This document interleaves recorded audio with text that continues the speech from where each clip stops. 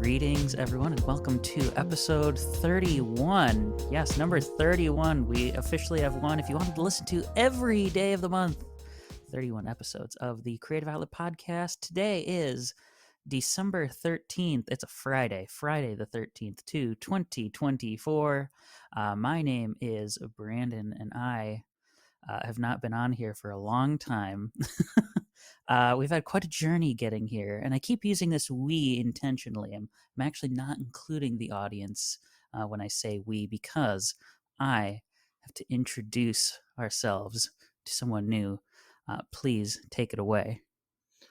Well, hi, I am Tyler. You can call me Boom. Just got added into this courtesy of Brandon, and very excited to be here. All right, Tyler. Now, obviously, we've gone 30 full episodes with just me. I've been working on this on and off since January of 2020. I know, what a great time to start doing this, right?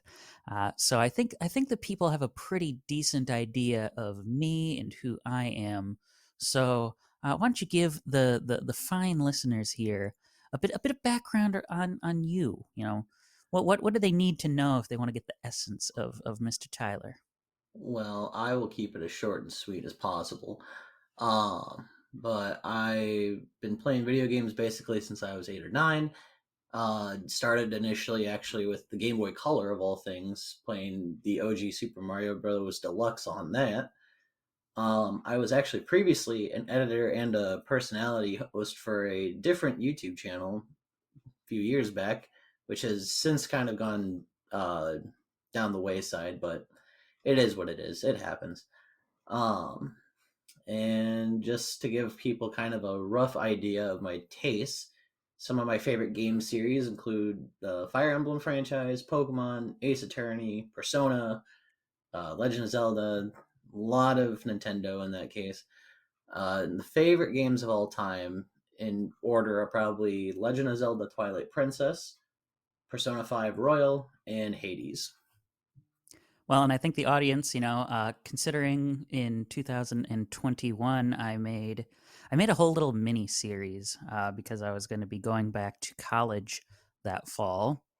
And I'm not going back in the sense that like I'd stopped and went back, but I meant like actually, God, having to be on campus and spending time like walking to places. I made a whole series of episodes going over anniversaries of series or games from that year. So the fact that you mentioned a certain Capcom series, a certain Legally series, I think is a pretty good indication to folks. One of the main connections you and I had here, right?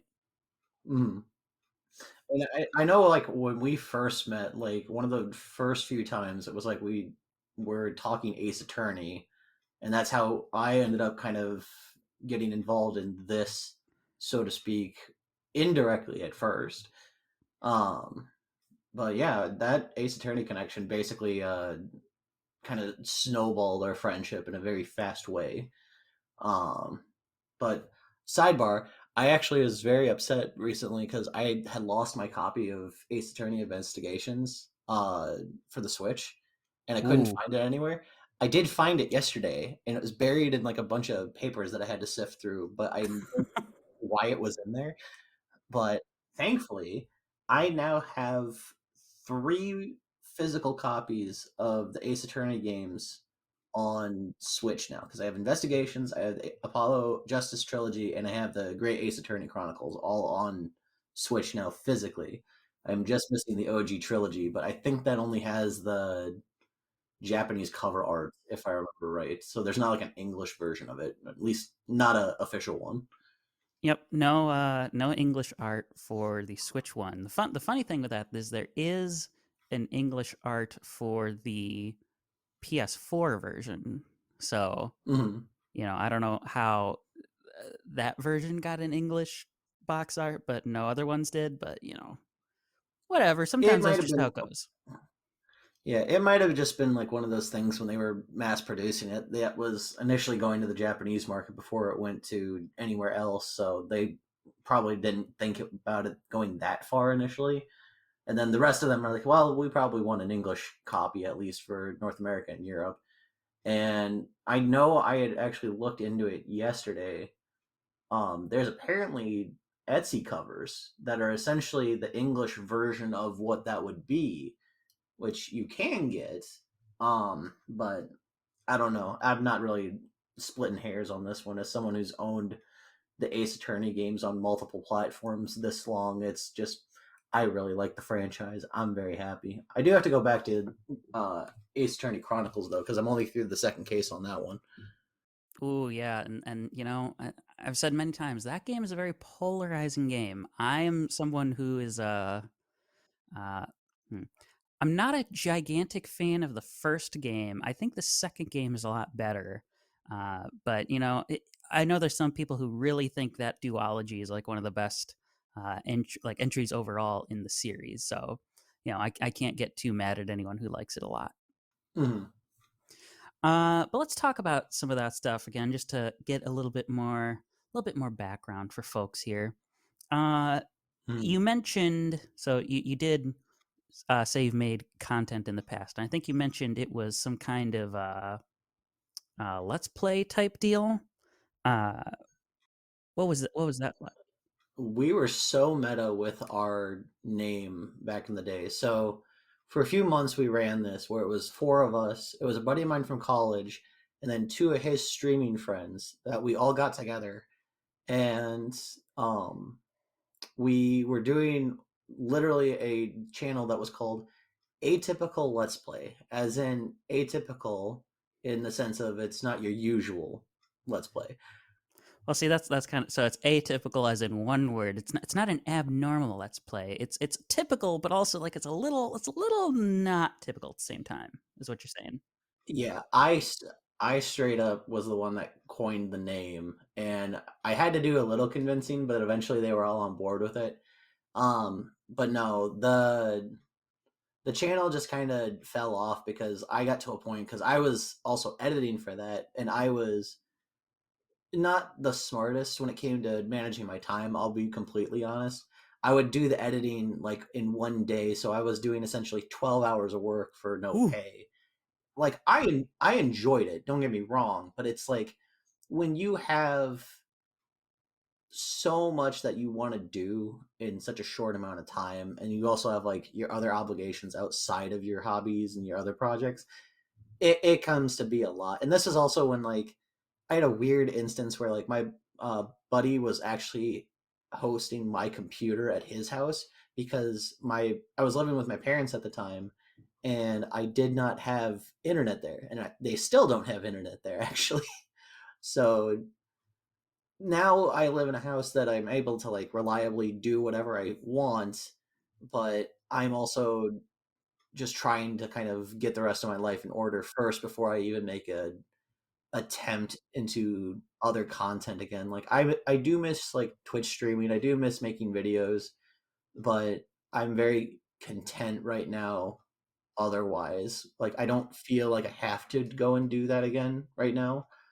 Like would I like to? Maybe, but the older you get, the less it becomes a priority, I guess. It would be more of a side thing at this point where it's like, oh yeah, I'm just gonna play and see whoever wants to hang out.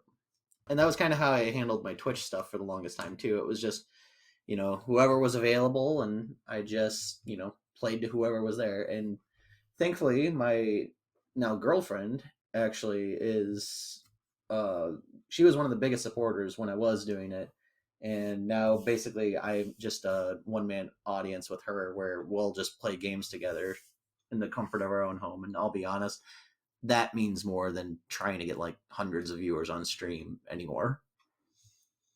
Yeah, I mean, you grow to value your time better, Mhm. right? You know, you don't.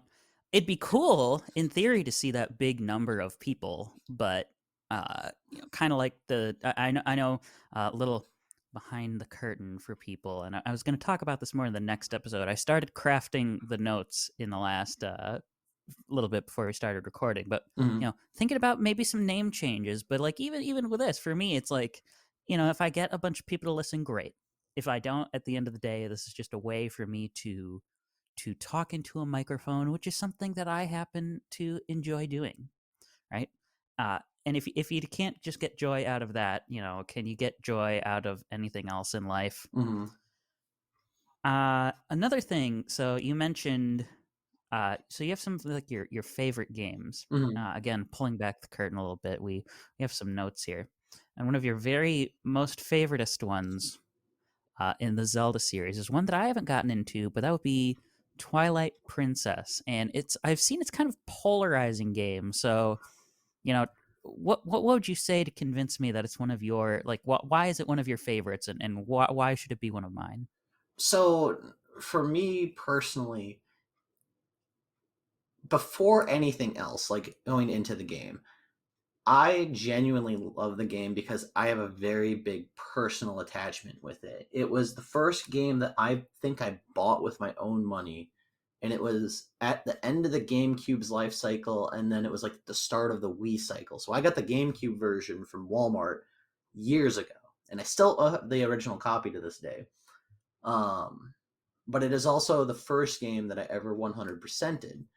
And for me, those two things specifically put it on a higher mantle for me personally before even getting into the game itself. So just off personal connection alone, it's already really high. Now, I don't know if I would fully agree saying that it's a polarizing game per se. I'd say more like it than they hate it. I don't know if I would call it like one of the top ones per se in terms of like the fandom. I might be wrong on that because like I know the two big ones especially that seem to get the most credit are Ocarina of Time and Breath of the Wild especially. And then you still have like some other ones that do get a lot of attention too, like Link to the Past, Majora's Mask, um, even Wind Waker, which Wind Waker is I found out a surprisingly polarizing game because when it first came out, everyone was very like concerned about it because of the change in art style with it being much more of like a cartoony vibe to it. But it's stood the test of time, I think, because of it. Um, but going back to Twilight Princess, for me, I always like a much more story driven narrative with it. And it's not saying like those Zelda games don't have that. It's for Zelda, it was this very like almost cinematic experience for me, which is what I really loved about it. Because like the way that it's like doing the cutscenes, and even like when you're not in the cutscenes, it's like it's a really good like it's an open world, but it feels a little bit darker just given the circumstances of like what is involved in the game. Like I don't know how much of it you know offhand, so I don't want to go too in depth with it or however you want to handle this part of it. But basically, the short version is that there's two realms essentially where it's like the regular realm that like you would live in of Hyrule, and then there's this Twilight realm that is effectively looking to seize power by basically enveloping the other like essentially envelop Hyrule in this darkness. And I In will a very argue Link that to the Past way, it's a light world, dark world kind of scenario, right? yes, but they're trying to fuse it to be almost a permanent dark world. And Zant is, I would argue, one of the best Zelda villains in the franchise. Because he starts off so like you come up and you see him and he's just like he's an imposing figure and he's really well like delivered at the start, but as it goes further in, there's a descent into madness almost like that isn't initially like said at the beginning, but as the game progresses, you start to kind of see behind the curtain, the mask starts to break and fall apart, and you really start to see that Zant is more or less insane at that point. But there's a multitude of reasons to not get too in depth into it because I would argue that like experiencing the story for yourself definitely gives it much more of a hit. And I, like I said, I still think Zant is one of the best Zelda villains of all time. Like, I'm not saying he's the best, but top three, I would even argue. Like, And is it because of that like descent into madness, or what is it about him, kind of trying to avoid spoilers here that makes him one of the better villains to you? I think it's because it's like, as you have this, like, hero's journey, essentially, like you would typically do in any adventure game, he's having almost the opposite effect in a weird way, where it's like you're getting stronger and you're being more, aware of like what is at stake here and like what you're doing to fight for good here. Zant is essentially kind of descending into madness slowly over time prior to the game even starting, but like you don't see the effects of it until partway through the game. And I would argue also like the way that a lot of the game is handled, at least when I was playing it on the GameCube, it was still really well done. I think there's a lot of good pacing things. Like I didn't feel forced to 100% it, but it was the first game that I 100%ed ever. So like you don't have to feel like you got to go out of your way to find every single thing. And like so many of the areas too, like when you go into the dungeons, are fantastic. Like it's very like Ocarina of Time, where it's like they'll give you the right item when you need it, kind of situation. This isn't really a spoiler, but like one of my favorite dungeons in that game is the Goron Mines, and they give you iron boots. And part of why you need them is there's certain areas where you have to magnetize to the walls, which you can only do by wearing the boots. Well, that makes sense. Iron boots. Mm-hmm. Iron is the wow. I'm gonna sound so dumb here. Iron is the magnet metal. Well, it's one of. There's a few of them, but like in general sense, like the pacing of the game can drag at certain points. I will be the first to admit that too. But that's more based off of like what you're trying to kind of do. Because I would even argue some of the Zeldas always will have that problem, especially when you're in a situation where it's like a very backtracky game in some cases. Like there's some points in Ocarina of Time, Majora's Mask, Link to the Past, all these really good ones, but there will be like drag points. Like it's just kind of it's something that will happen in any adventure game. There's not really a perfect pacing to a lot of those. Yeah, yeah. I'm trying to think. The only Zelda I have finished Mm. is Ocarina of Time.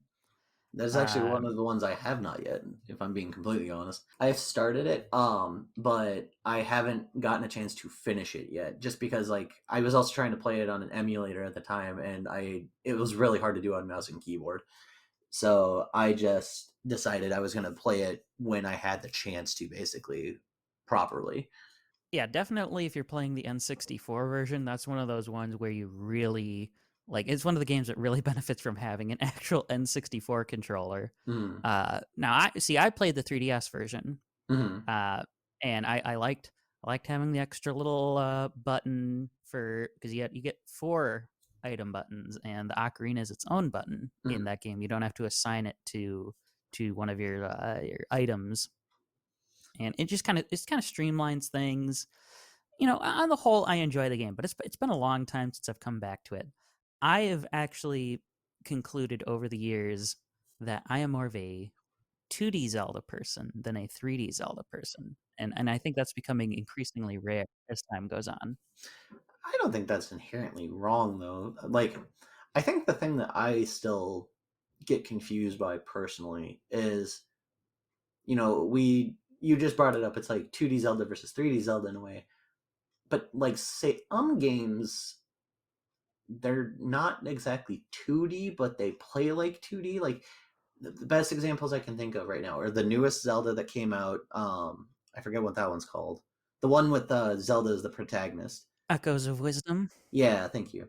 And then also Link's Awakening's remake. Like they are 3D per se in terms of graphics, but it still feels like a 2D Zelda because it's not really like, you know, going out of your way and like you have to look around with the camera and all that stuff. It's a top-down view like Link to the Past, or even like Link Between Worlds, or even like some of the more older Zeldas.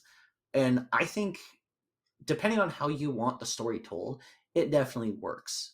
So I don't think there's inherently a wrong way to play Zelda personally. Like I've played, let's see, God, what have I all played out of the Zelda franchise? I've played Twilight Princess all the way through. I've beaten Phantom Hourglass for the DS. I've beaten Link Between Worlds on 3DS. I think that might be it, actually. I've only really beaten the three. I came very, very, very close with A Link Between Worlds. And honestly, I'd say that one's probably my favorite one. There's a whole reason I haven't beaten it yet that we don't really need to get into here. That'll be a different conversation for E- a different day. that'll be a, when the need arises and I feel the need to be fiery about that topic. But uh I've come, like I said, I've come very close, and I would describe that one as my favorite. I and I guess this is kind of ironic given that it is an adventure game. I don't really like getting lost. I think there's some value that people don't realize in some things having like a little bit of a limited scope. I'm not saying that, open worlds are inherently bad. I just think like sometimes you're forced to have a little bit more creativity when you make things a little bit smaller and more condensed. That you don't get when you have a gigantic scale. So hearing that, I feel like you might actually enjoy Twilight Princess then, because like it's not too railroady, but it does give you some level of freedom. Like you don't have like that ability to get as lost as say like a Breath of the Wild. Like But it's the not map's pretty linear clear. like Skyward Sword. Right. It's like you still have to go from like the right like dungeons in order effectively. Like it's not like, going to be a completely open world game in that sense. And you will have to still hit from like here's point A, point B, point C. But like when you're in between those points, like there's more freedom to it, I think. Because you'll have this ability to be able to go around and explore the world a little bit. You can do all these side quest things. Um, and even like there's certain things in the like open world portions where you may not ever see it unless you know, hey, I need this item for this area per se. And it's only because you happen to stumble across it and said, oh, this looks breakable, let me put a bomb in. And suddenly you find this, and now there's a whole new section of it that is you weren't expecting a side quest for. um there is one major story gripe that I am sure is the more polarizing portion of it when it comes to Twilight Princess, though. But that'll be a different topic. But like overall, I think that Twilight Princess is going to still be my favorite Zelda, at least for the foreseeable future.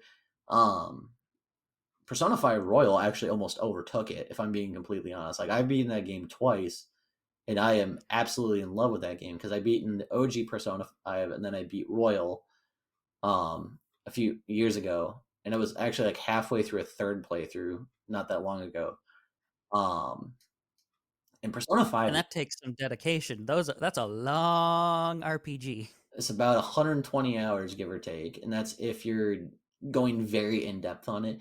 Like I think that's the one major misconception with RPGs is like, oh, I gotta sink all this time into it. It's like, no, you don't. You don't have to do all the side stuff if you really don't want to. Just go from point A to point B and kind of keep going more straightforward approach if you really want to. Like doing side stuff in that game does help, don't get me wrong, like raising your confidence levels, for example. But it's not an absolute necessity. It just makes your job easier in the game as you progress. Um it's kind of in the same vein as I'm actually finishing up my second playthrough of Fire Emblem Three Houses recently, and I'm like 2-3 chapters in before we finally are done with it. Um, but I have done my first playthrough, and it was about 120 hours doing the Golden Deer route, and then I'm currently at about 105 or something like that hours in this current playthrough, and both times I have been desperately trying to farm through the support conversations, which is one of my favorite things in the Fire Emblem franchise, is just hearing how these characters all interact with each other. You get more backstory out of them when they're having these conversations with them. Like, I am a sucker for that sort of stuff. If I took all the grinding for that stuff out, it's probably closer to like, I would even argue maybe 80 hours tops. Like, so much of that side content does fill up a lot of that time, but like it really is dependent on the player at that point. And I can always go into this a different top. This might actually be a topic for a different episode about, what's like a proper length of game per se before it's like too much or not enough. Yeah, what is the magical golden number, so to speak? So I pulled up while you're describing that here, I pulled up one of the most handy websites on the internet, which is howlongtobeat.com. Hmm. According to them, to beat the main story of Three Houses takes about 49 and a half hours. Main plus extra content is 76 hours. Uh, Whereas then if you go full on completionist, they list 211 hours. Although I'm going to guess those numbers are a little bit inflated by some speedrun type people, It could given be. how long some of those, comparing like what you had as someone with a lot of experience. Mhm. Uh, but I mean, not necessarily, speedrun level type stuff. Uh, hmm. But it And wouldn't surprise me. Games are just like they're so long nowadays. well, yeah, and there's so much that goes into it. It's like I know we're getting very off topic. This definitely should be a topic for a different thing. I know we have other things we wanted to Yeah, talk about though, and we're yeah, 27 minutes in. We yeah. haven't even We'll gotten to probably want to either cut it off conversation. there. That can be a revisit conversation. Oh, for sure. Okay, so I know we both have our topics that we wanted to discuss. So since you are the OG host and this is your baby, I figured we'll start with you and kind of go from there. All right. Yeah. So we have a couple topics today. We have a couple questions, philosophical things that we're wanting to talk about today. In terms of mine, I wanted to discuss when is it fair to review retro games on more modern standards? And I was interested in this question because when I was writing these notes, I'd recently finished Sonic CD and began Sonic 2 in Sonic Origins. Since then, I have finished Sonic 2 and I did two playthroughs of Sonic 3 and Knuckles. I did playthrough with Sonic and Tails, and then I did the Knuckles run because Knuckles in Sonic 3 and Knuckles has a slightly different campaign compared to all the other characters. It's mostly the same, but there is some stuff that gets cut off with Sonic's, or yeah. There's a couple things in Knuckles' playthrough that's cut off from Sonic's. He's got extra stuff. And Mhm. I will say, people have a lot of problems with it, and I think a lot of those are legitimate. But I will say, Sonic Origins solves my biggest issue with the original versions of all these games. And it's something, again, in 2021. That was another one of those anniversary episodes that I did because Sonic turned 30 that year. And the big thing that I harped on with all those classic games, the special stages. I honestly don't know which one I necessarily think is good. I think the one that's closest to good is Blue Sphere. Like I genuinely get some enjoyment out of Blue Sphere, but man, a lot of the special stages are just not as fun. But they do things in Sonic Origins that try to make it better. So, for example, all of them have immediate retries when you fail. So in the old games, you'd have your lives, but in the anniversary mode, I believe it's called, you can play the lives are all replaced with coins. So every time you get 100 rings, you get a coin, and those coins can be used like there's a museum that has like concept art and music and all that kind of fun stuff. But you can also use them in special stages to retry immediately. But that's not really how any of those games are originally designed. Sure. So that's not really fair for me to be like, man, I think I can say I like Sonic 2 now because I was actually able to beat it and get supersonic. Like, do you think that isn't really fair to it, is it? So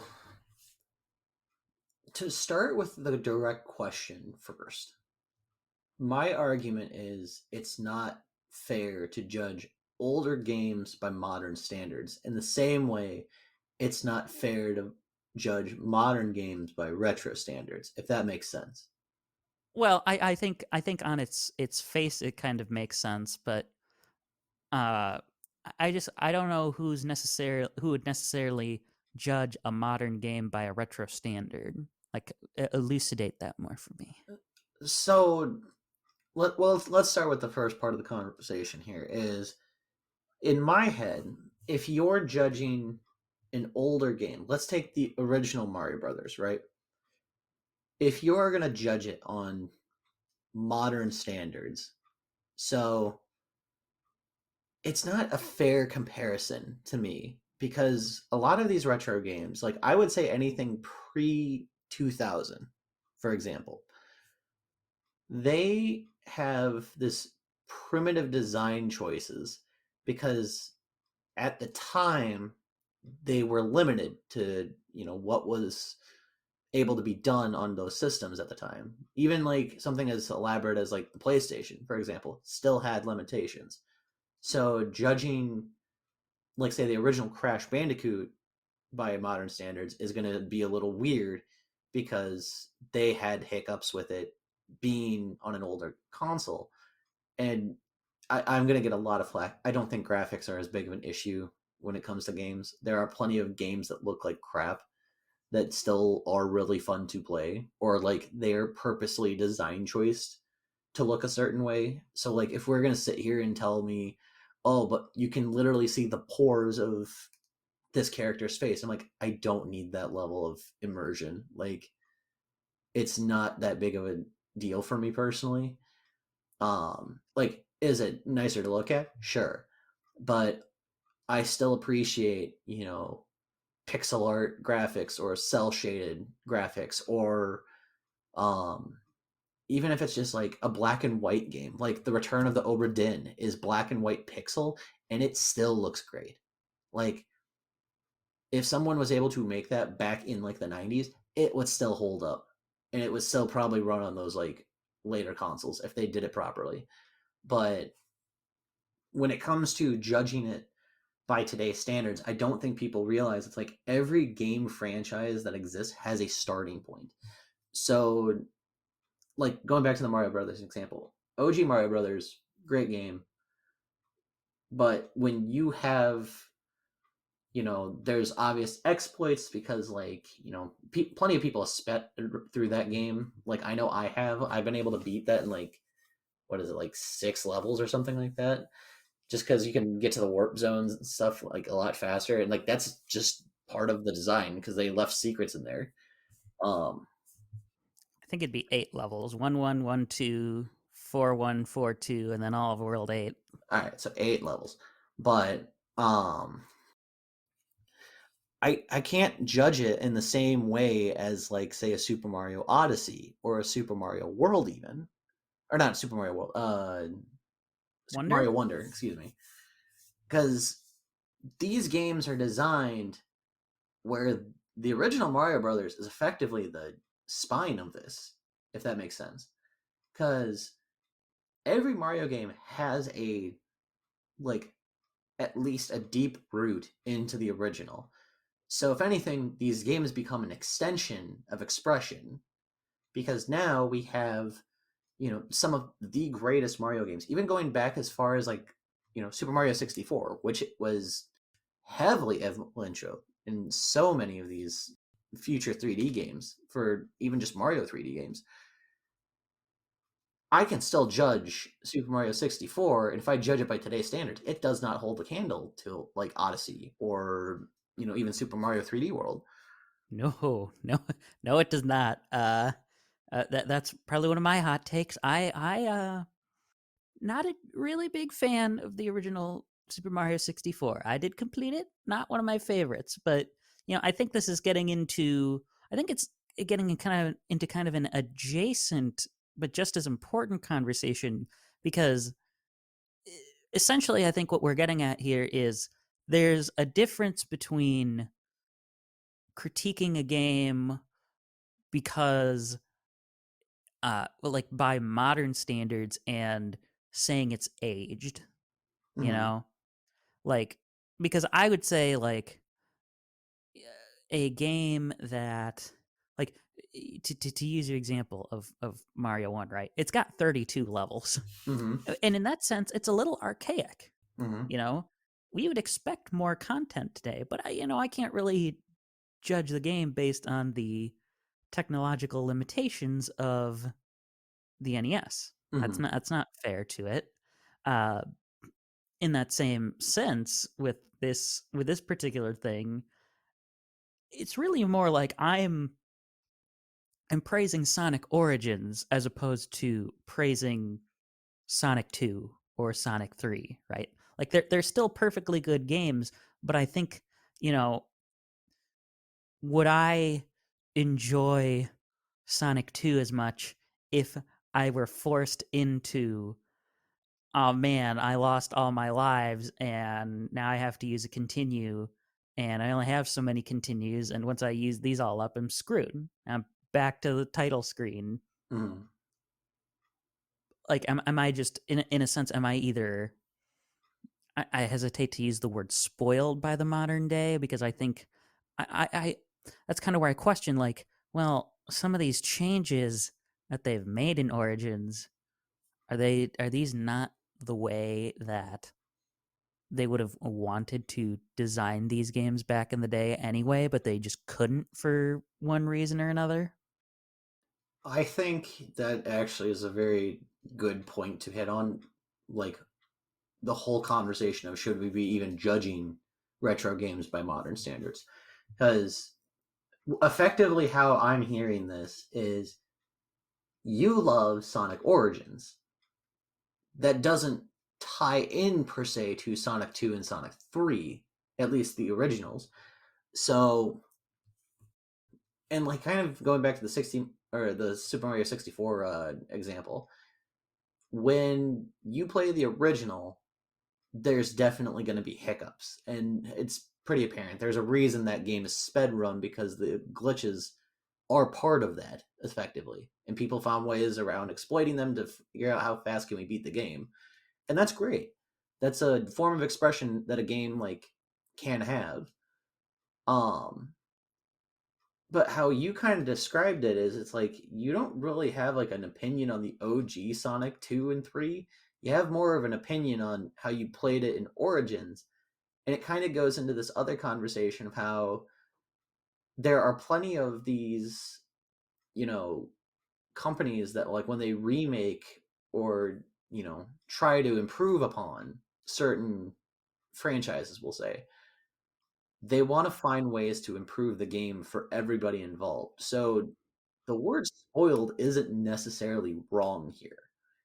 I think that it's just more there's developers who want to be courteous to not only find ways to make the games better for players, but it also is to find a way to respect the players' like ability, find a way to also respect their time because like you said, like all these games that are out there that are like hundreds of hours. Not everyone's going to commit 100 hours a week to playing a game singular.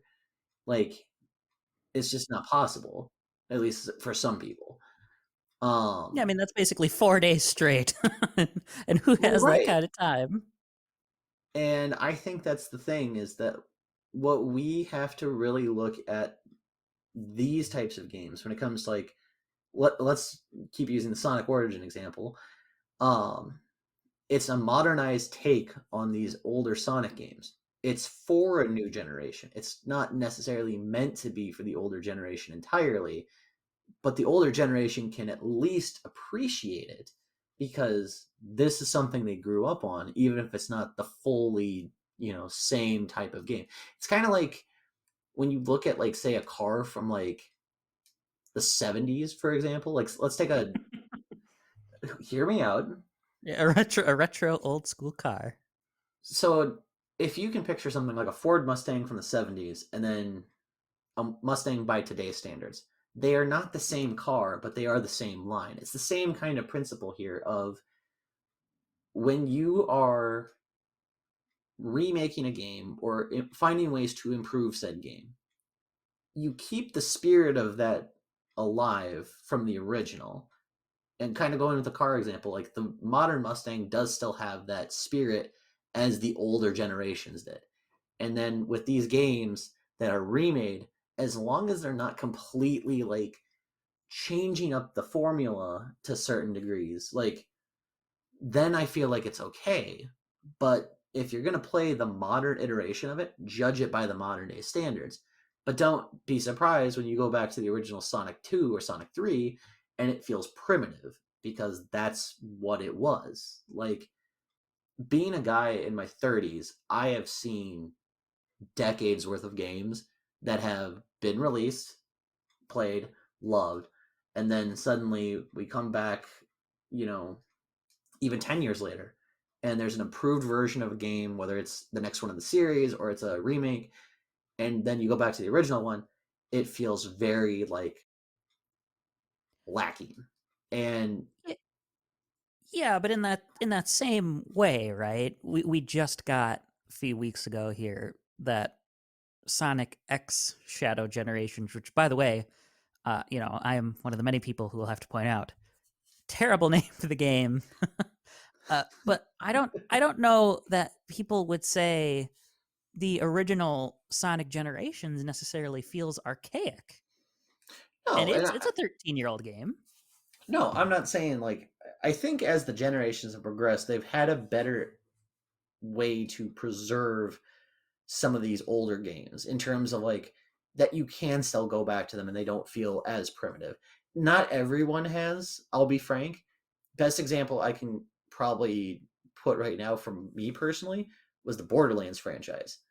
Um when I beat through Borderlands 3 like maybe a year or two ago, I thought the combat was fantastic. That is probably the best combat in a shooter I've had in a while at the time when I was playing it, as well as I had a real fun time with it. The story is kind of lacking in parts, but like Borderlands 3 I would absolutely pick up and play again with friends, or even just go through another run with myself, just picking a different character this time around. Like I played through Zane, and like I made probably some of the stupidest builds with Zane, and it was absolutely fun. Would absolutely do again. There is something fun about having a character who can literally make an ice clone of himself, let you switch it, and then when you switch, the other one explodes and freezes enemies.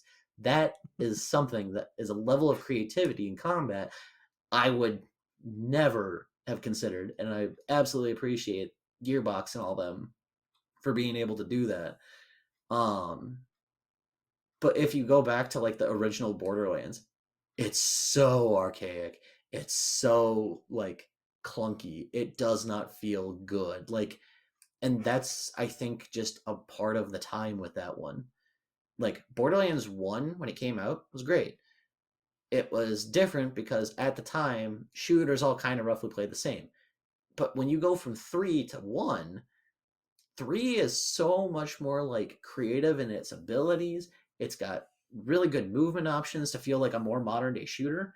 So when I went back to 1, oh my goodness, it's just a slog sometimes. Like I like listening to the world, I love listening to the characters and all that stuff still, but like I'm sitting there wanting to slide around and do all this other cool stuff, and it's like the perks for the characters are so basic by comparison. It's like increased hit chance, or not hit chance, increased crit chance, and like Oh some yeah, elemental thing. increase to my stat, and that's all I get. That's basically what it was, and like you wouldn't really get an actual ability until like way later in the tree.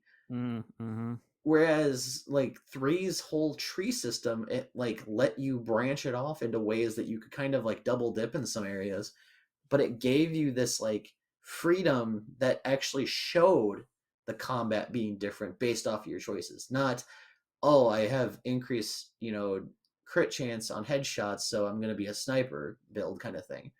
Like, and there's still some stupid stuff you can do. Like, I still love the Mordecai Bloodwing bullcrap that you could do, which was literally like you throw Bloodwing, which is his main ability, and every time that it kills, it just drops money. You could absolutely make a bunch of money just to do all that stuff. With a lot of these Borderland 1 abilities, they're very basic. They're very like nondescript with the exception of it's like, oh, we have this.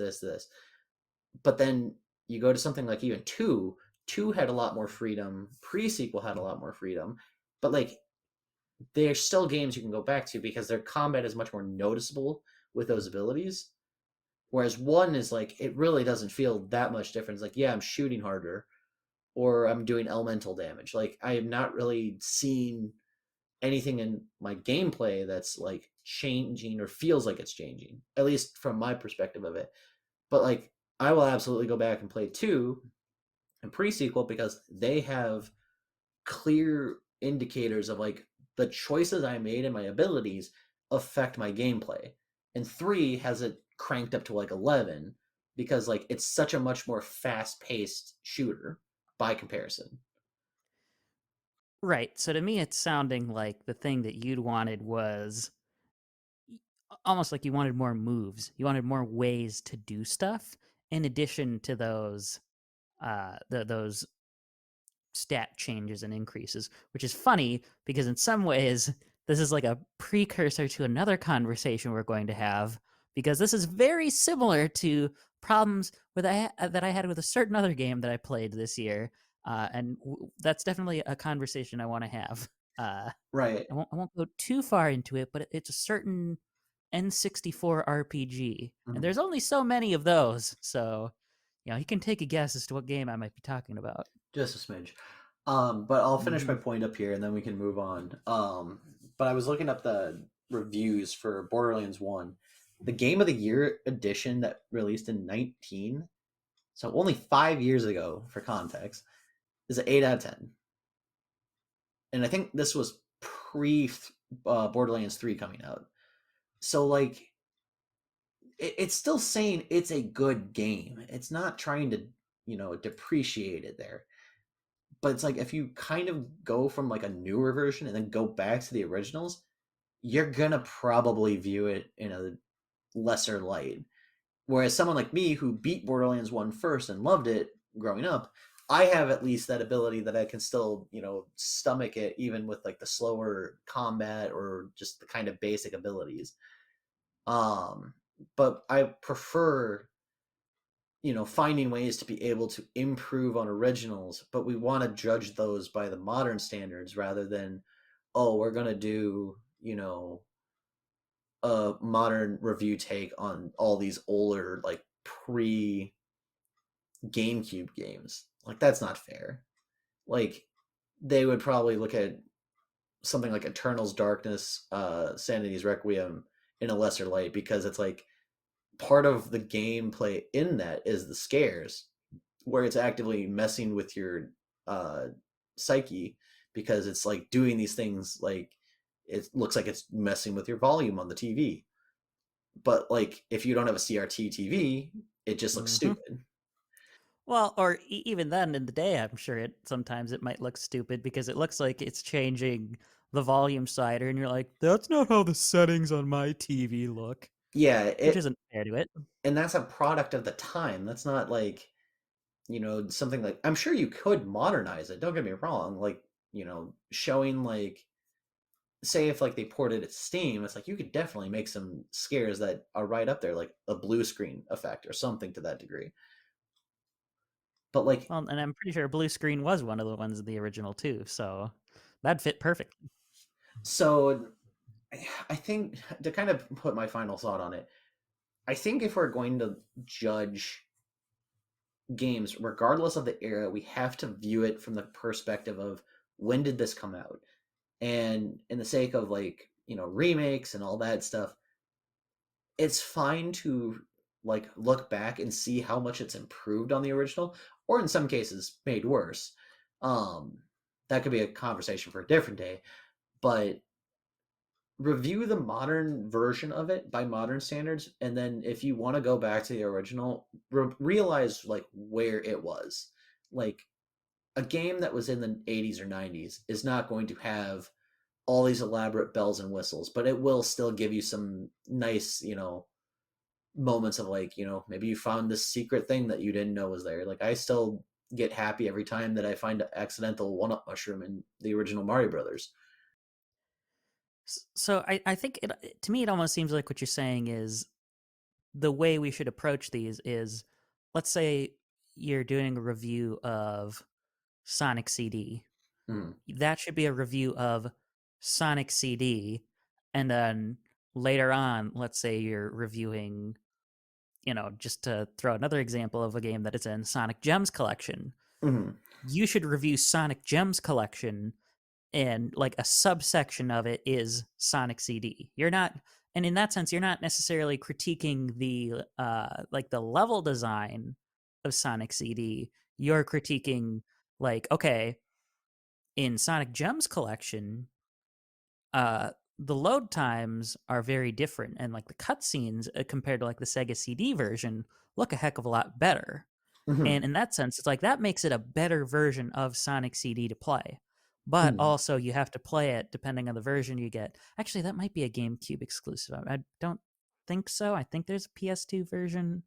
I can't remember off the top of my head here. But either way, the point is, like, this was designed with a Genesis controller in mind. So, if you're playing like the Yeah, GameCube and version and with you're stuck like with this tiny D-pad, it's not as fun.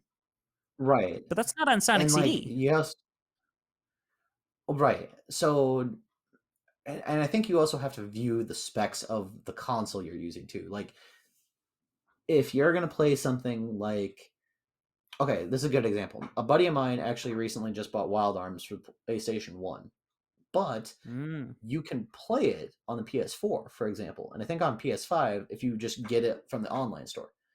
But it's the same game essentially from the PS1. So at that point what I would argue is like you're still judging it from like the old school status. It's not like, oh, this is a PS4 game now because it's on PS4. That's not what I mean. I would still like it. It's better for accessibility that it's on the PS4 and the PS5. And you don't have to shell it like $60 for a copy of it for the PS1. Whereas you could just spend $20, get it digitally downloaded, and bam, you have Wild Arms. Um, but I do think that it's like when the game came out and all that does play a factor into it. Not saying that there aren't retro games that can't, transcend that, I guess. Link to the Past, I think, is a good example. Ocarina of Time is a good one. Chrono Trigger, I know a lot of people love even to this day, and that really doesn't have a modern version per se. They have like multiple ports of it, but there's not like a vastly improved like remake or anything like that of it. Yeah, I mean your modern version of Chrono Trigger is the DS version. I mean, technically it has a Steam release, but it's pretty much based on the DS version. So, Right. and as sad as it makes me to say, the DS is 20 years old this year. Yeah. Okay, moving on from Um, that. but I would say like part of it is like when we have these more retro games, they should be judged by retro standards. And they should have the modern games be more inclined with the modern standards. Like if you're like in that audience of like, oh, I want to try some of these older games, find a way to play it on a newer system just so that it's a little bit more accessible. I would argue every single time. Like I am the kind of person that loves to have physical games as best I can, but realistically, I can't get everything physical because prices and sometimes it's just demand. Like you can't always find what you're looking for in like an actual physical copy, even if you want to, or you may not be able to afford it. But like, let's say looking at a game that's like on okay. So one good example that I can think of right now is there's a 2D beat 'em up called River City Girls. There are physical releases of it, but it's a primarily digital game. But you can buy it pretty cheap on digital for like $20 in some cases, like on Steam and stuff. But like a physical copy of that, I think I saw was running for like almost 60, $70, maybe more. Yeah, do you care about having the piece of plastic that much? And that's a very, individual question to answer. There's no one right or wrong answer to that, but, Right, there's a lot to think about. right. And I think what I will say is that I think modern consoles have this ability to give us access to these retro games. That's huge. Because video game preservation, which is going to be a topic for a different day I'm going to bring up, is very much important still to this day.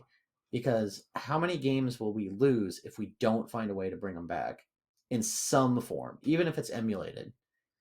Um, but going in essentially, this will be my final time I say this. Retro games should be judged by retro standards. Modern games should be judged by modern standards, and like that counts even like in collection packs where it's like, oh, we brought this over from the Genesis. Like, is there any other vast improvements to the game? Like in the case of like Sonic uh 2 and 3 that you were talking about earlier, your version had vast improvements to make the game better. Now you can judge this on either side effectively of retro and or modern standards, which is still good, don't get me wrong. This is a good segue because this is going to get me to another question that this got me thinking about during this discussion, Mm-hmm. which is in a similar way, right? If you want to look at the more of those improvements, uh, in Origins, it's in widescreen. Sonic 2, the special stages, the half pipe, is actually modeled in 3D, whereas on the Genesis, it's like a mishmash of 2D assets, and it's like really difficult.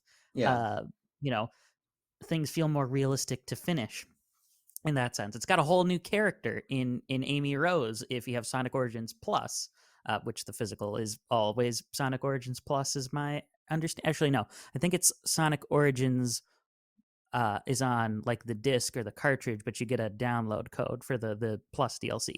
But I digress. But that was making me think because in a similar way, now they just got rid of these. Actually, you can't download them anymore, which is very sad. There was a Sega Genesis collection Mm-hmm. on all the modern platforms in Steam, right? Mm-hmm. And but those are closer to like just straight up emulations of the original games.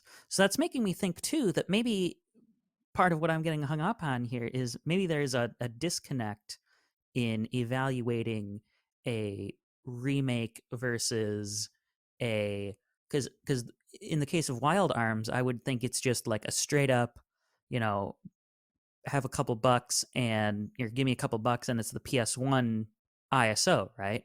Mm-hmm. So, that I think people would look at and they would think like, okay, I need to judge this as a PS1 game. Whereas for Sonic Origins, it's kind of in this weird place because it's both like it's like 80% the original game, but it's got enough changes to where it's like, okay, should I keep judging this or like reviewing this on the standard of, you know, 1993 or whichever year, any one of these particular games came out, or should I judge it in the standards of 2024? Right. And that really becomes the personal opinion at that point. I'm the type of person that I'm going to look at it and say, hey, I'm going to judge the modern stuff on modern like standards, and I'm going to judge the retro stuff on retro standards, unless there's like a massively vast improvement. Like, kind of using another example, Dead Space. Dead Space is not the same game in the remake as they did in the original. It is similar, but there are quality of life improvements. There's a lot of things, and even like story beats that are different. That I judge on a different standard compared to the other way of doing it, if that makes sense. Right, and I have one more thing I want to discuss here. We didn't even get into all the notes, which honestly, in some ways, is kind of great because that means this is very unscripted, which is more the way that I think this show should go. And then we'll get to your topic because we're getting close to an hour here. But the last thing on this I wanted to think about is in this very last bullet point I have here on Death Egg Zone in Sonic 2, because to me that's like a very distinctly old school part of the game that outside of the coin system giving you infinite tries was basically not changed. And I would think See, it's a tough one because I would think in 1991 standards, or I think it's 92 for Sonic 2, the thought of like, okay, so I'm at a boss fight, or like this is the final boss area, but it's two back-to-back bosses, and I have no rings. Okay, this is basically just a giant wall now. Because if my choice back in the day is, well, I have to figure out how to beat these in my limited lives and continues, and if I don't do it, I'm back to the title screen. I would think that would be just as frustrating in a way as, okay, well, I have infinite tries, so I will eventually beat this, but it's just a you know annoying. Hmm. I don't know if there's a real difference there in a sense, or if it's just a almost like a new form of the same frustrating experience. So I wouldn't be quite sure how to review that type of standard. Well, did you ever play the original games for Sonic? Now I don't have a Genesis, but I have played different versions that are just like, okay, this is just an emulation of the Genesis game. Sure. So I have some experience with those, but I a lot of the same problems kind of carry over into the present. Right. And I think at the end of the day, it's gonna still be whatever you decide is gonna be right. I can only suggest it for so many people, so many ways. But realistically, I'm gonna still view it in the sense of like, okay, cool. Let's, you know, view it how it is. It's like I'm gonna have my version of it, but someone else might review it. There's a reason we have so many video game publications nowadays. Is that not every person is going to say the game is good for one reason or another. They may have different reasons why they still came out to the same number for the review.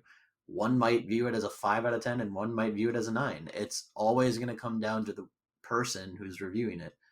And then if that person's opinion matters to somebody else, then they will base their opinion either off there, or they're going to ignore the opinion entirely and just say, you know what, screw it. So ultimately, it sounds like the conclusion here is reviews are subjective.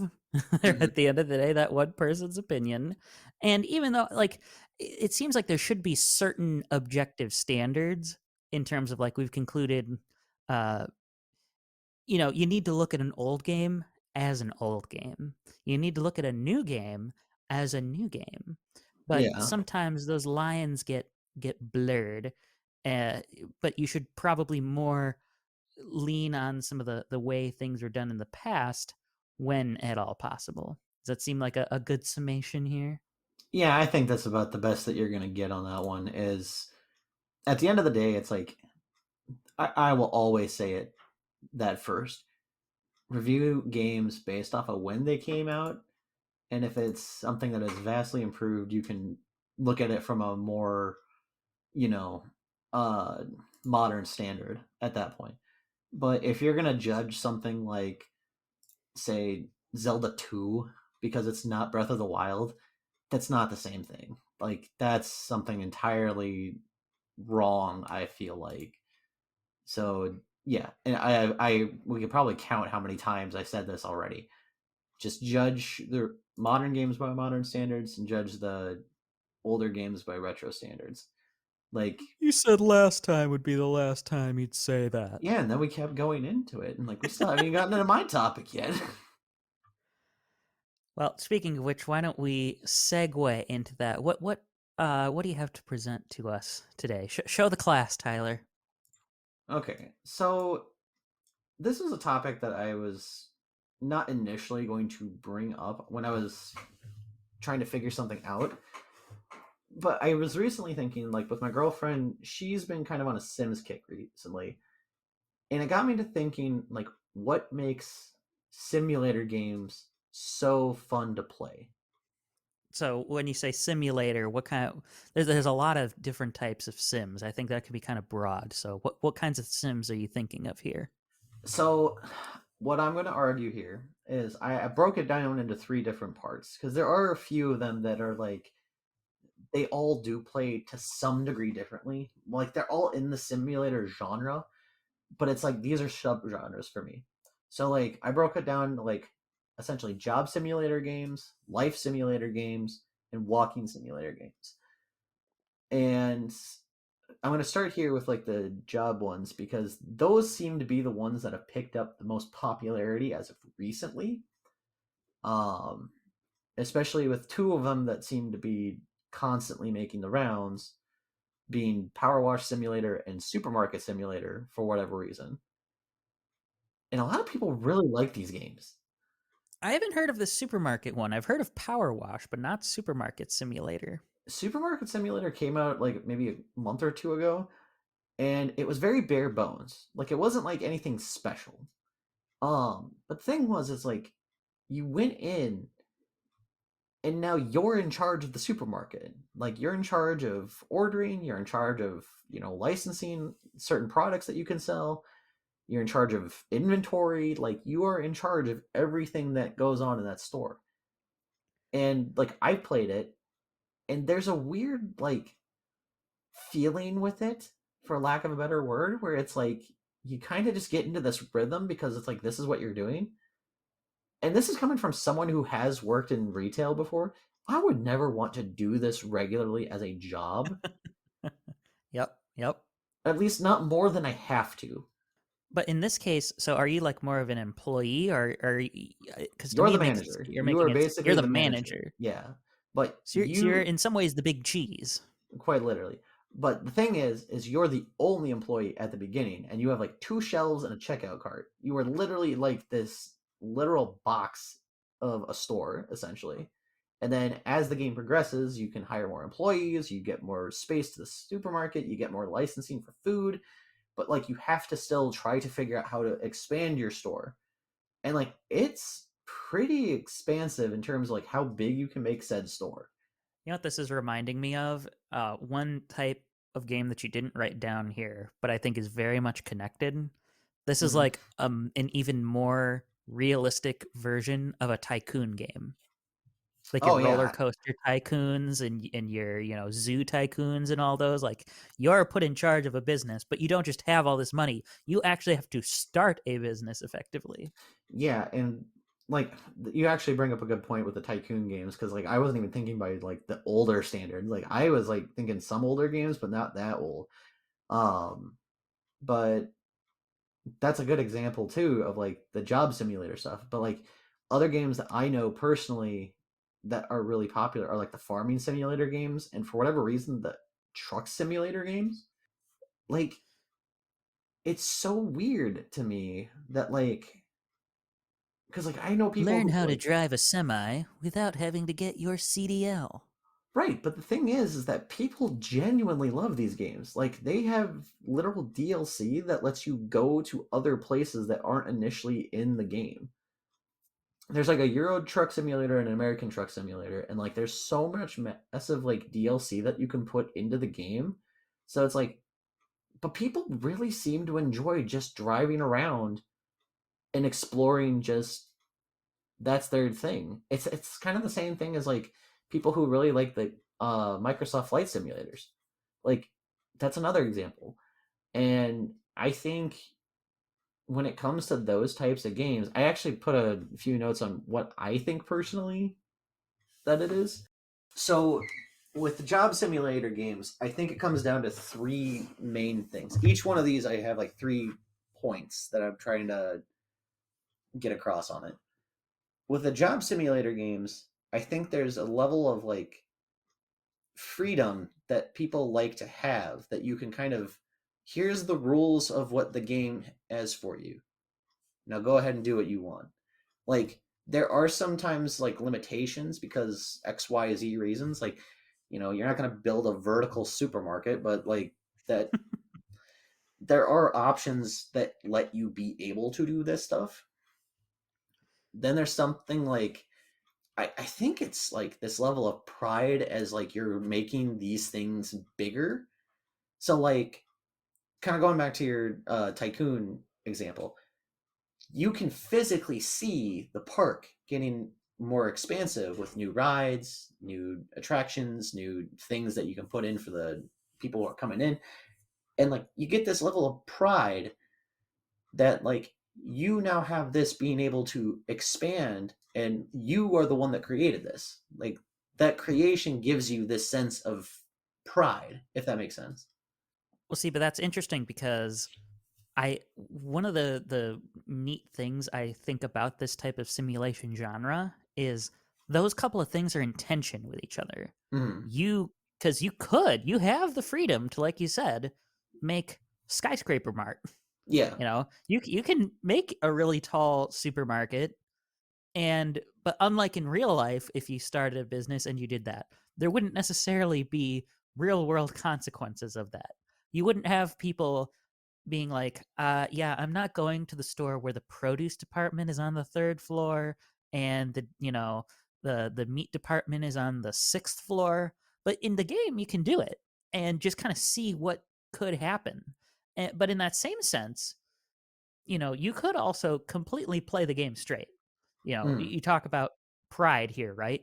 Mm-hmm. You could just completely do whatever you want and drive your truck wherever you want in one of these trucking simulators. Mm-hmm. Whereas in real life, uh, my stepdad is himself a trucker, right? And he has to pick loads, and he has to go to this place at this time. So you could completely play the game straight and play it exactly like that same type of real life experience. Yeah, I want to go do that thing there and do my job essentially. Or Mm-hmm. yeah, you could just you know basically just go on a free road trip in 3D model land. And like, you kind of were hitting it on my third point here, which I think the reason those job simulator games specifically are so enjoyable is the level of repetition. Like, it sounds weird, but like, when you're first starting some of these games, you kind of can get into just a zone where you're like, okay, I'm going to go stock shelves in the supermarket simulator. And you, next thing you know, like 30 minutes have gone by because you just were kind of absentmindedly doing this. Like, I think in some level, players do like the repetition of certain versions of these simulator games, like Truck Simulator, for example. They don't mind the repetition of I'm driving around the country because to them, that's enjoyable. And the same thing with like, you might mindlessly be, stocking shelves or checking people out at the counter. And next thing you know, you're already well past the amount of time that you're like, oh, I'm going to play for 15 minutes. It's now been 4 hours. Like, you just get sucked in with the repetition to the point of like, you just lose all track of time, but you don't feel like you've lost anything in the course of it. And I think a big part of it too is that like it's choice without consequences. Mm-hmm. You know, particularly in the case of these job sims. At least not consequences in the sense of like something really bad's going to happen. Like, if you did it in real life, it's, oh, well, I can't do this.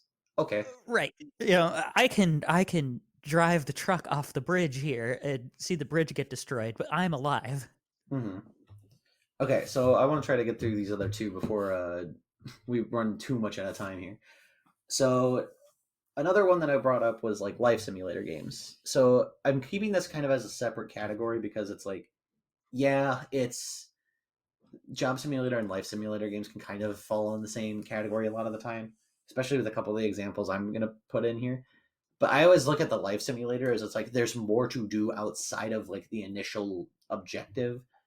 Like, when you're doing, say, power wash simulator or supermarket simulator, there's a blunt, this is what you're doing.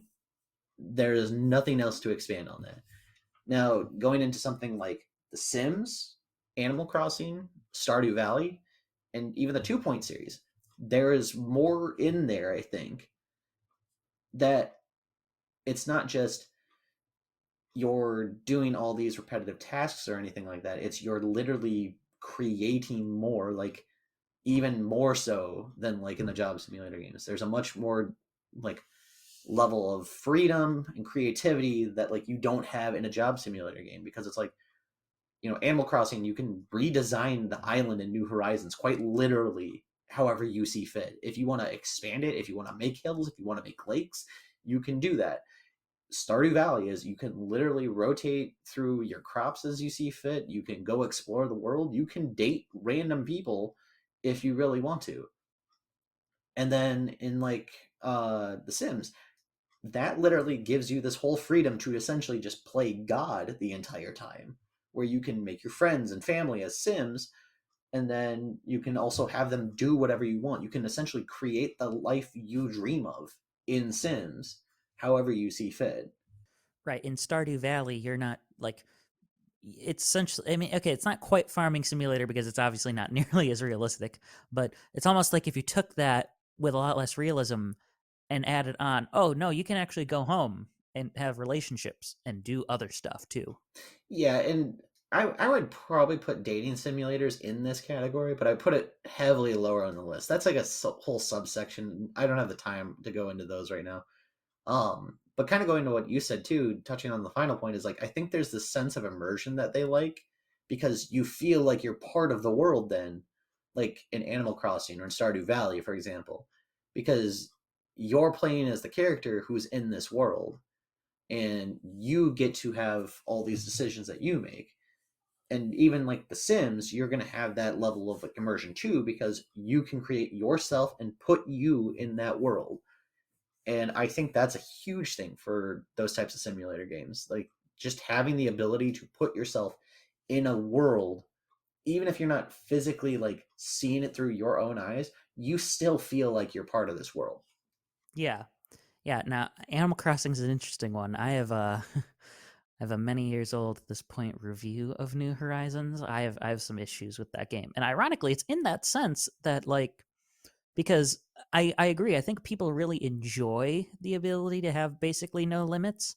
I think Mm-hmm. it's kind of a game where, uh, you know, I think there are values to some limits again, and not being able to absolutely create every single thing you want, because I think in some ways that also takes away a bit of the immersion. Mm-hmm. Like when you're talking about a life sim, life as opposed to the job simulator, it doesn't always go the way that you want it to. Mm-hmm. In real life, you can't be like, yeah, I'm just, we're just not going to have that river there. uh, you kind of have to deal with that and be creative around that. So, and that's totally like a personal thing that I kind of hung up on that, but I can completely see where someone essentially likes having the godlike powers that they get over So these creatures. so for me, I think in the New Horizons example, like when we kind of bring up how you can kind of terraform your island to how you see fit, I view it less as like a playing God thing as more of a feng shui thing, where it's like, oh, I don't really like the river going that way. How do I fix it to go this way? And I just do it. Like, and sometimes it's like I might like how the island is, and I don't change it for weeks, if not months after time. Like when it first came out, I kept the island pretty much the same, but then like once I started expanding and getting people involved, I started expanding and putting it in my own ways of like, okay, well, I know how I want to do this, but I want this to be a little bit more aesthetic pleasing in that eyes. So, you see how you do it, and then you kind of find your ways of expanding on it or whatever you might need to do to get it to your vision, if that makes sense. Well, and at the end of the day, it comes back to that word that we've brought up a couple times in this conversation: choice. Mm, My island, I have not changed the layout. I have refused to touch the terraforming tools because I don't care about it. I think there's something to be said for like this is how it was given to me, but that's my choice. mm, That doesn't have to be your choice. That doesn't have to be some kid down the street's choice who's playing a game. That doesn't have to be some person all the way across the sea choosing to play that. They can all make their decision to make their island the way they want it to be, and that's a very appealing aspect of those games. right. Um, and it kind of goes back into like what we were talking about. It's like I think with those two specific sections of simulator games, the freedom and the creativity and the repetition and all of these other things I've brought up, and like the scale of immersion in some cases, they are very big into what makes them them. Um, and I absolutely appreciate what those different types of games have. But I do agree with your point of like you have every right to do how you see fit in the game. Like if you don't want to terraform your island in Animal Crossing, sure, don't do it then. Like no one is. I think taking your decision off of that's a you choice.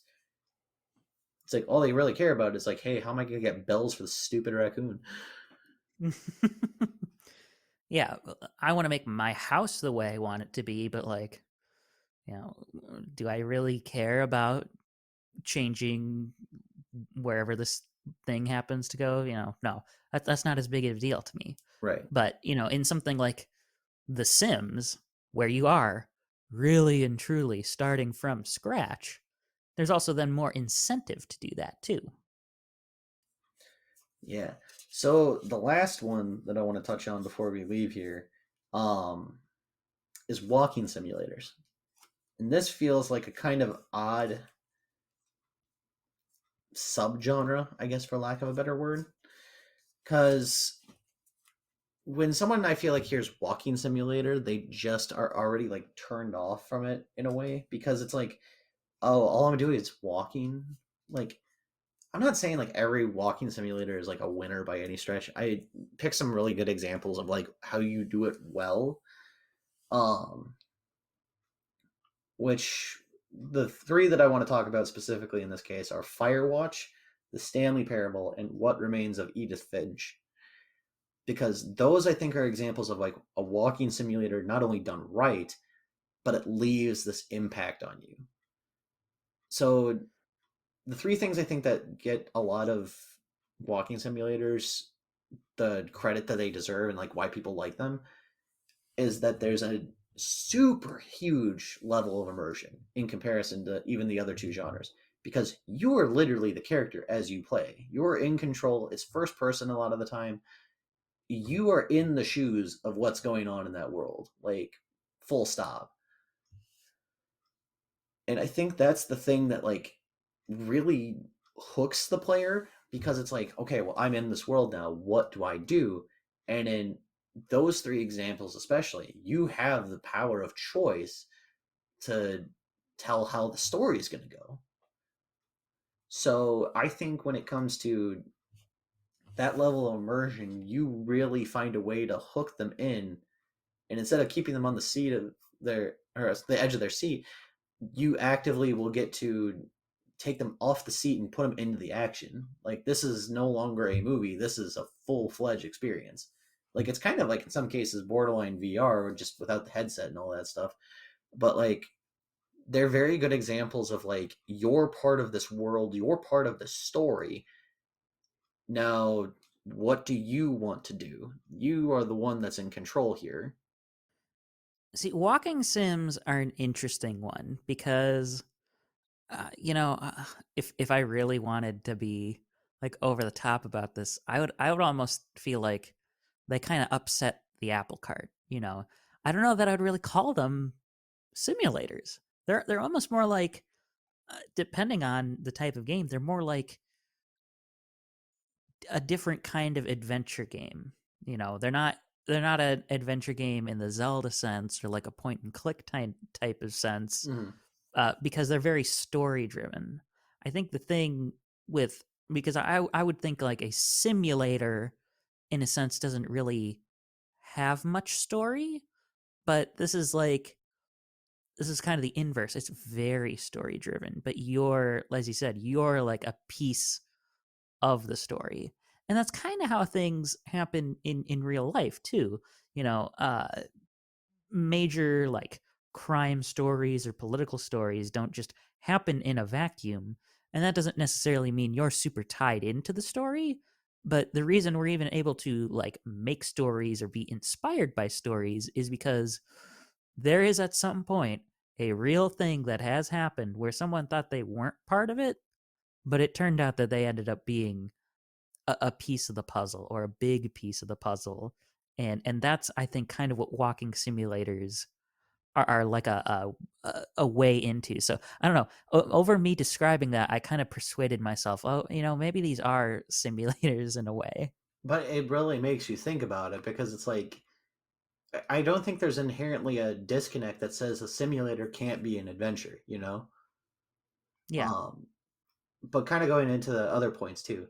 I think another thing that really makes a walking simulators, at least the really good ones, there's a level of emotion that like you're tied into, because like in a lot of these cases your choices are the ones that are being the ones that dictate how this story plays out, and the characters will react as such, which is really good. So like Firewatch and What Remains of Edith Finch, I think are the biggest examples of that, because those decisions of like what you make in Firewatch affect how the people around you, the literal only person who talks to you in that game, will view you essentially.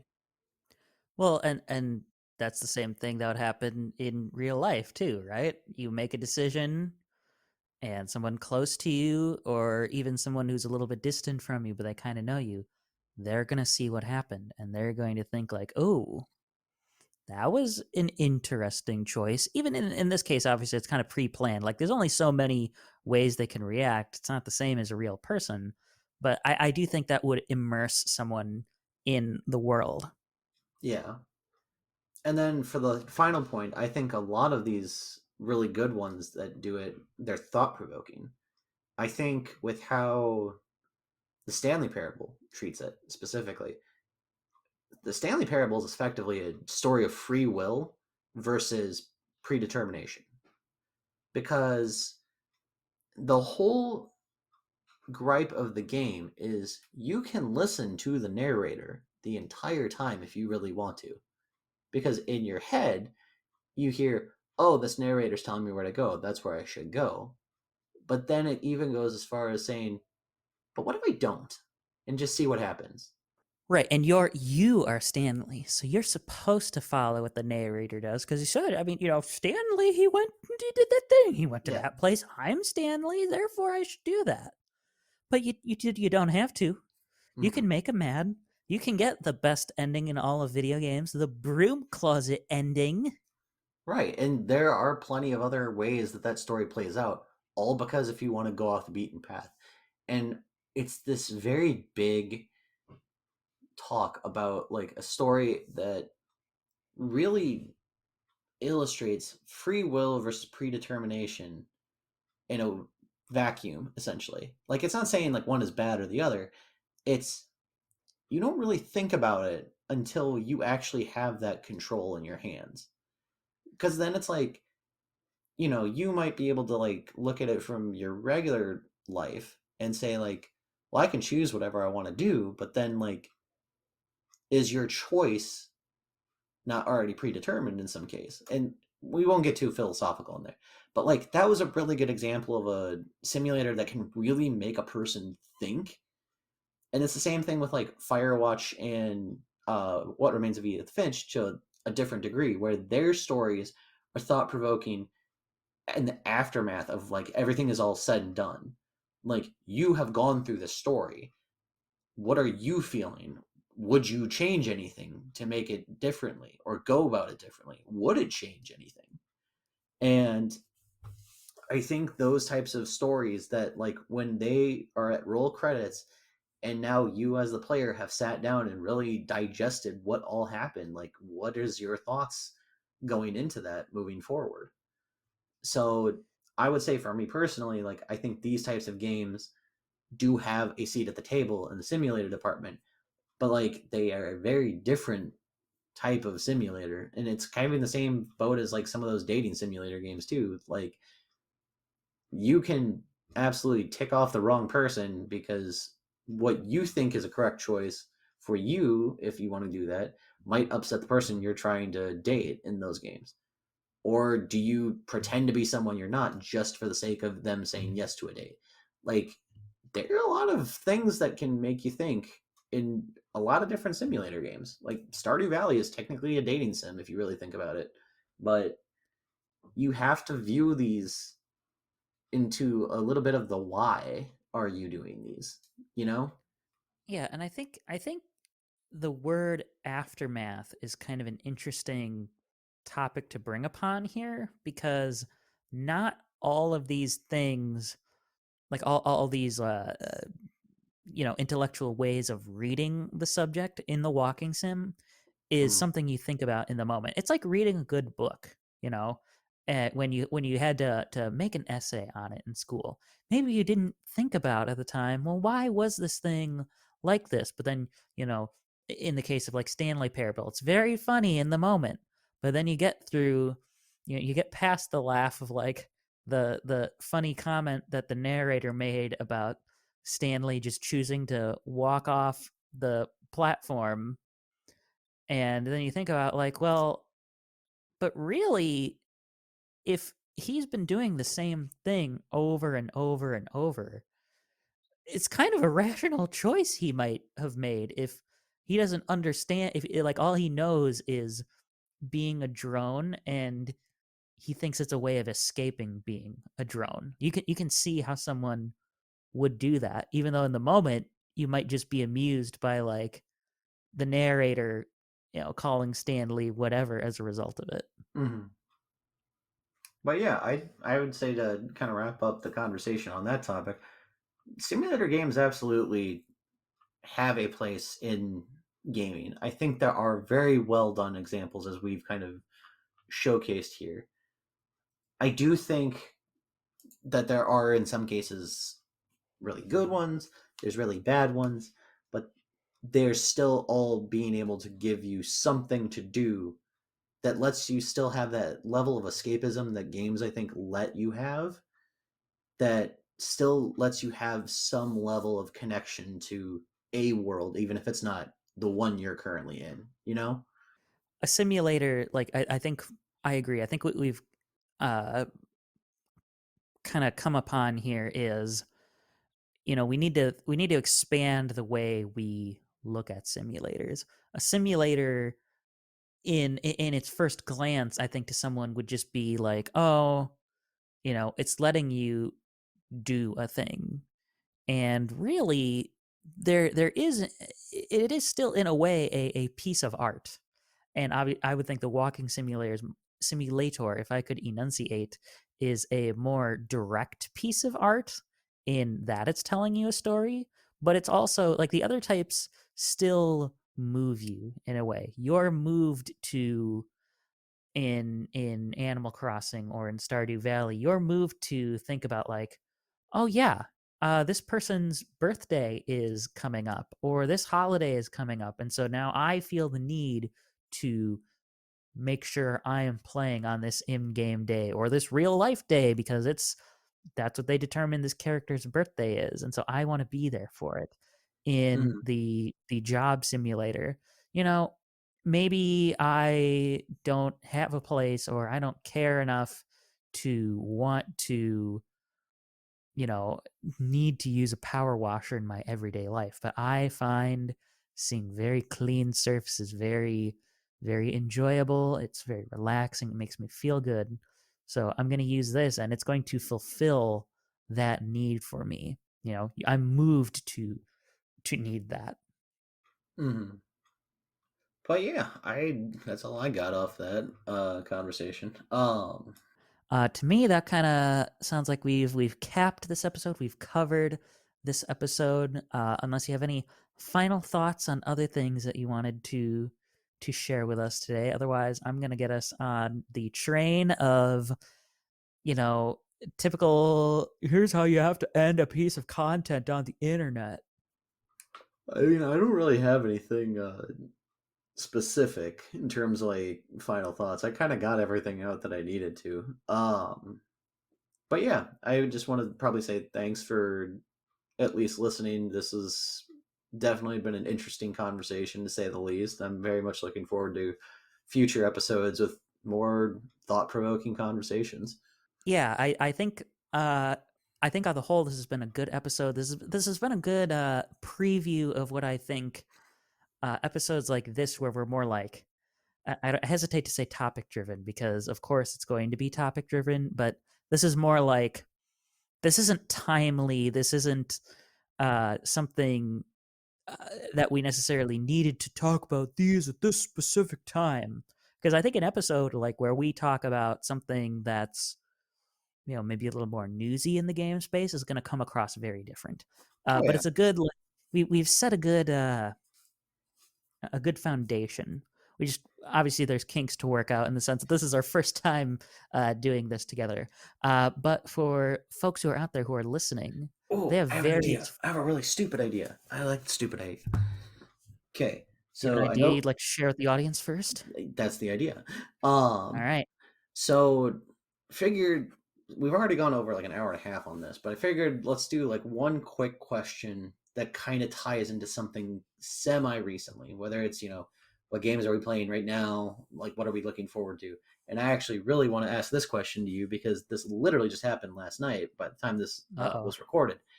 So the Game Awards were yesterday. Uh-huh. So that may also be a conversation down the road at some point. I don't know if we'll talk about them this year or not, but I don't know how much of it you got to watch at all, if any of it at all, I should say. Um, but I got to see some real fun trailers, to say the least.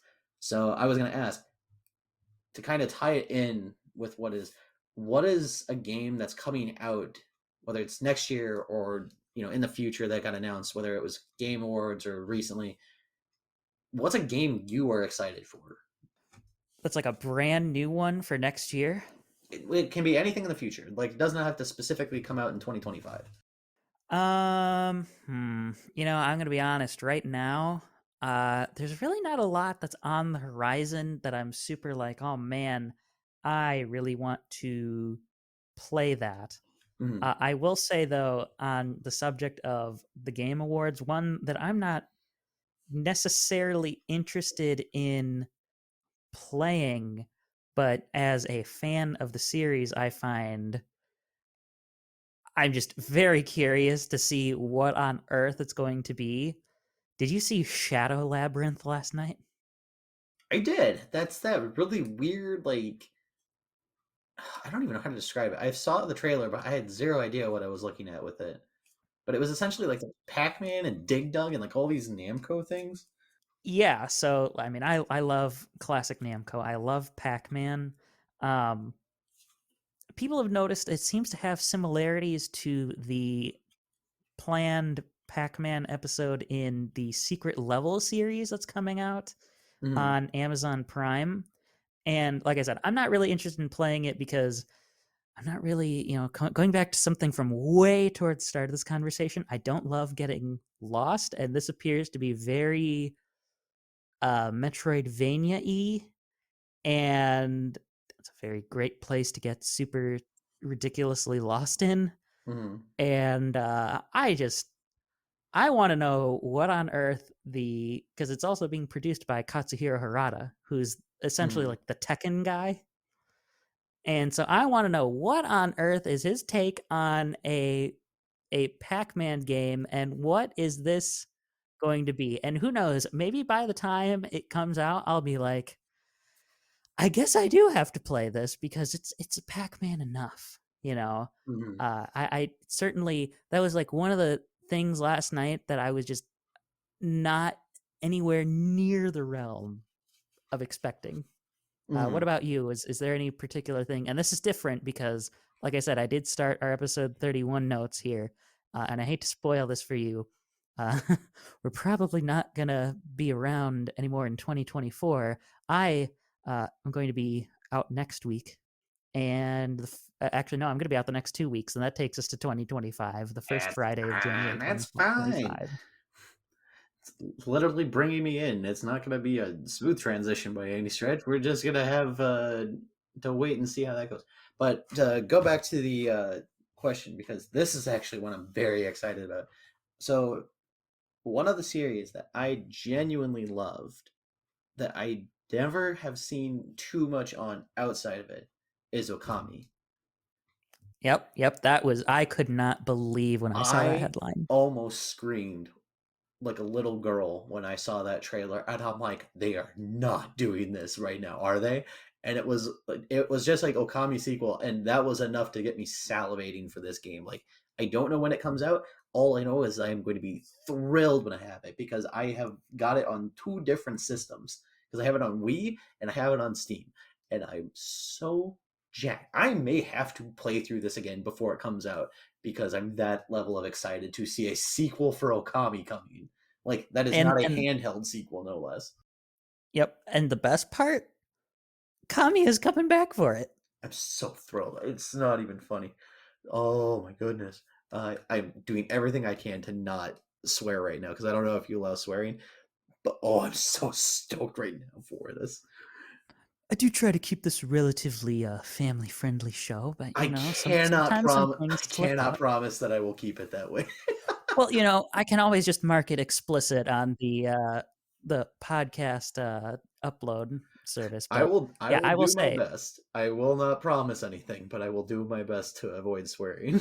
But 2024 Capcom compared to like the Capcom of 10 years ago, way better now at doing like giving some 100%. justice in some way to their like more obscure stuff. We've gotten a new Ghosts and Goblins in the last few A years. Ghost Trick Obviously, we remake? just yeah, we remake of Ghost Trick. Every single Ace Attorney game is available in English. Hmm. A sentence I never thought I could say. Right. Uh, they obviously you just pointed out Okami last night and a new Onimusha, which they hadn't Yeah, done in that one. forever. So many people were thrilled about that one, and I'm like, I've never heard of this series, but I'm excited for you. Um, Hmm. the other one was Virtual Fighter making a comeback, and I'm like, Virtual Fighter in 2020s is insane to hear. I thought that franchise was dead. I'm not gonna lie, because like I don't even know what the last Virtual Fighter was. I think it was five. Sega did Virtua Fighter 5 on the 360 and the PS3, so it's been a while since they've done one. It's time for a new game. Hang on, let me look. Virtual Fighter 5 Final Showdown That is a was re-release of it. that was I think the one that you were talking about. There's like Virtual Fighter 5 and online and like all these other ones. But now there's like a Virtual 5 Revo, it looks like. Yeah, there was a re-release recently of 5 on something, but like they haven't done a brand new proper original Virtua Fighter in a while. I will say I kind of Hang on, I'm tied gonna into pull this up. topic. That's the one thing like obviously I just was like I can't believe that Namco is doing Shadow Labyrinth here, and they've been a little bit better about it than before recently. But like, I really want to Mhm. see Bandai Namco doing more stuff that's not just, yeah, we're gonna do an anime game. I want to see them using more of their original properties. Like, I was stoked when they remade Klonoa 1 and 2. I want to see a new one. Dude, this comes out next month. Virtual Fighter? Virtual Fighter 5 is coming out on Steam on January 27th. Hmm. They have rollback. Oh my, holy crap. It looks really good though, too. Like the graphics even like they look insanely smooth. Like I've always associated like Virtual Fighter with like a more blocky style with especially like the older games. This Hmm. straight up looks like it's in the same vein as like Street Fighter 6 and like the modern Mortal Kombat's even and Tekken. This has a very Tekken feel to it. Well, that would make sense because a lot of the people who made the original, I think for sure the first one, ended up leaving Sega to do Tekken. Um, so Tekken was kind of birthed from Virtua Fighter in a sense, but And now Tekken is like one of the global like powerhouses of that genre. mhm, I'd actually make the argument that Street Fighter and Tekken are probably the top two right now because Mortal Kombat's really kind of fallen off a little. mhm. Yeah. Well, I don't know. People seem kind of mixed on Tekken 8, but that's kind of beside the point. But I also just want to make sure, like, we're very clear for folks listening. Virtual Fighter 5, the new version on Windows, is different from the game that was announced last night. So there's a brand new game that's going to be Okay, coming out in the future. But that's like another release of Virtual Fighter 5. okay, hang on. I don't actually know what is the newest one then. Street Fighter. So this is technically six then? Is that it? Well, right now it's an untitled game, so we don't know exactly what it's going to be called yet. But I would imagine it's going to be Virtual Fighter 6. That would just make sense. Okay. I mean, that's still the fact that Virtual Fighter is still even getting recognition in some That capacity. it's making a comeback is pretty big. Right. But no, Okami definitely I'm excited about. Virtual Fighter, I'm just interested to see what happens to that, if I'm being honest, because like for the longest time we've had essentially it was the power three in fighting games, which was Mortal Kombat, Street Fighter, and Tekken. They were Hmm. basically interchangeable. And like it's not saying we haven't had good franchises in between there, but it's like those are like the big three. But like Virtual Fighter coming out of nowhere is just like knock knock mother. No, can't say that. Those are the uh, big ones for sure. but Virtual Fighter being resurrected is quite the surprise. I'm not gonna pretend it's not, but I am very excited to see kind of like what 2025 is gonna have to offer for this, because I feel like argumentatively 24 was a really solid year for games. If I'm being honest. Yeah, I think by and large it was a pretty good year. Uh, obviously we're just like for me in particular, we're kind of in the doldrums of the Switch. Like I had a lot of good games. Mm-hmm. I have my list made. That's probably what I'm going to share with you once we're done with this. Is the document that'll kind of outline what I'm looking for in the next episode. But Mm-hmm. outside of that, I would agree. 2024, pretty strong year, and I mean I got to give it up to Astrobot. Astrobot. Uh, if I I still did not can't need to believe that spend, one. I am very happy that it won. I am too. It's not going to be the thing that makes me be like, all right, I'm going to go spend $500 on a PlayStation 5, but man, I really want to play it. I know the feeling on that one. Like I was kind of looking at Astrobot as like the David in the Goliath fight, and I'm like, Mm-hmm. I cannot believe it came out on top. Like I'm happy it did. Don't get me wrong, but that was a pretty stacked class this time for the game of the year, with Mm-hmm. maybe the exception of Balatro, and even Balatro is a surprise hit. If Balatro can make game of the year, that should tell you that it's not like just oh we want adventure games. Like no, sometimes addictive poker style of gameplay is exactly what the people wanted, and it was so weirdly addictive for them that it's like it got an entire community to say yeah we'd consider it. It's up there. Like it might be controversial, but it was considered. That was the important thing on it. And case in point, they're all short. Mm-hmm. They're both short. They're not like these hours and hours long, monstrosities or big multiplayer games that never end. Mm-hmm. Um, but yeah, I think that covers what I would have to say on that. Is there anything else in this, or are we ready to wrap up? I mean, I'm pretty much wrapped up, but otherwise, I'm going to start talking stuff on the Game Awards, and I by the time that we get back into the next episode, it'll probably be already old news. So I'll probably have to think of something better. Yeah, I mean, there's nothing wrong with covering some old stuff. I would say if you're really passionate about it. But yeah, I mean, if we're ready to wrap up, there's all kinds of ways that people can engage. There's some podcast platforms that do let them do like pieces. Of course, you can give some kind of a subscription. There's one thing. So uh, this show was initially hosted on Anchor.fm. I don't know if you're familiar with that once existent website, Tyler.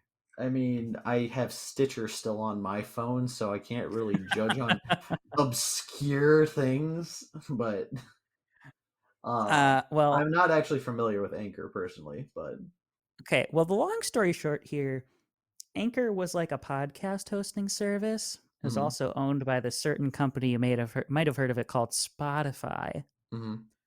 couple years ago, it turned into or it might have been last year. It turned into Spotify for podcasters. So like the original link for this was very simple. Anchor.fm, and just your name of your show. Then they had to change it to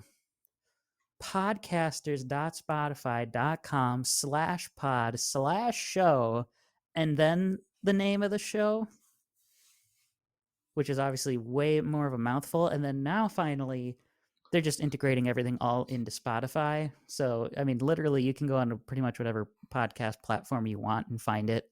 I liked having its own dedicated link, but alas, that is not a reality anymore. But the thing that really bugs me that I learned recently that they got rid of in their transition to making everything all Spotify, one of the features I liked in Anchor that I think would be good for this section that we just did, you could send voice messages to us. Mm. So you could have people send in like, "Oh, I have a question for you guys," and we could answer it there. But you can't do that anymore. So, but I really liked that. So I'm going to work on figuring out something different. I've heard of SpeakPipe is another thing that you can like integrate with your show. So, maybe I have to, make a SpeakPipe link. I know I've never gotten a voice message before, but given that I've got you on board and, maybe you have some more sway, maybe people would be interested in listening to this. Maybe they could send in a voice message for us because I'd love to answer one of those questions. But yeah, with that, I'm Brandon. You are I'm Boom. Tyler. Yep, or Boom if you'd rather go by a nickname that works too. And Brandon this and has Boom just been seems like it will roll off better, I feel like. BB double B. Yeah.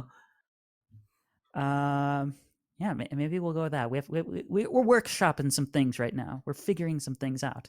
And that is the end of this episode. We are signing out. Thank you for listening, everyone. Thank you, everybody. Glad to be here. Glad to see what happens moving forward. All right. Bye, all.